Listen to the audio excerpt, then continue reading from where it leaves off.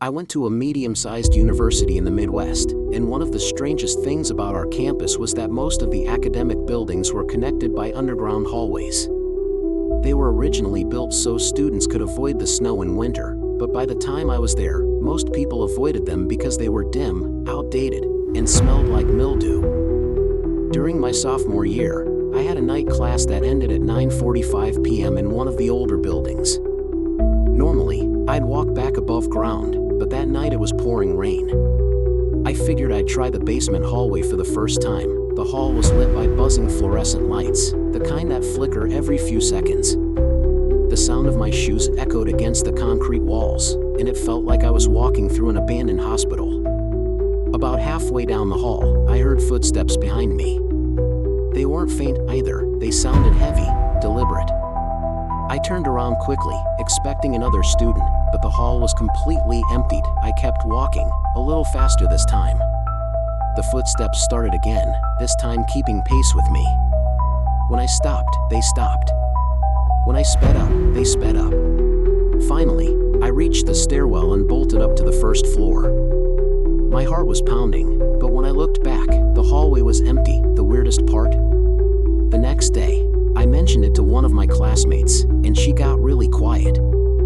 She told me students had reported strange noises in that hallway for years. The rumor was that back in the 70s, a janitor had died down there during a gas leak, and sometimes, late at night, you can still hear his keys jingling as he follows you. I don't know if I believe that, but I never walked the basement hallways again.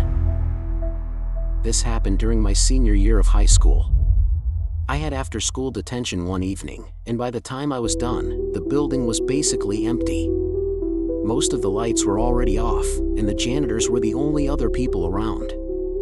As I was heading toward the front exit, I passed by one of the classrooms that had a long row of windows facing the hallway.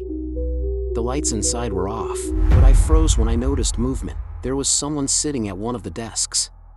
At first, I thought it was just a teacher working late, but when I leaned closer to the glass, I saw it wasn't a teacher at all. The person was sitting completely still, facing the blackboard.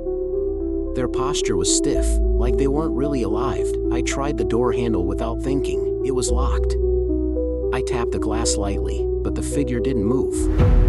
Suddenly, the lights in the room flickered on for half a second, and when they did, the desk was emptied. I bolted down the hall and ran out of the school without looking back. The next day, I casually asked the teacher about that classroom. She told me it had been locked all semester. Nobody was using it. This one happened to me personally during my first year of college. Our library had a basement floor that was open 24/7 for students. It was a good place to study if you wanted total silence, which is exactly why I went there the night before midterms. IT was around 2 a.m., and I thought I was the only one down there. I had headphones in, trying to memorize flashcards, when I got this weird feeling that someone was watching me. I took my earbuds out and sat still.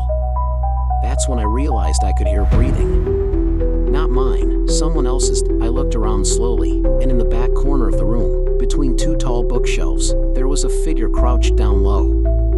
I could barely make them out in the shadows, but I swear they were watching me.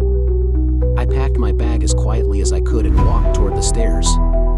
My heart was pounding so hard I thought it would echo through the silence. Right as I reached the stairwell, I glanced back. The figure had moved. They weren't crouched anymore. They were standing, half hidden behind the shelves, and I could see the pale shape of their face, just barely lit by the dim overhead lights. I didn't stick around.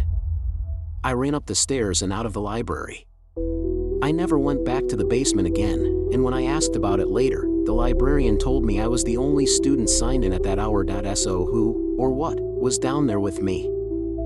Schools are supposed to be safe places, but safety disappears once the halls are empty and the lights go out. Whether it's strange figures, locked rooms, or footsteps in the dark, one thing's for sure, some places on campus are better left alone.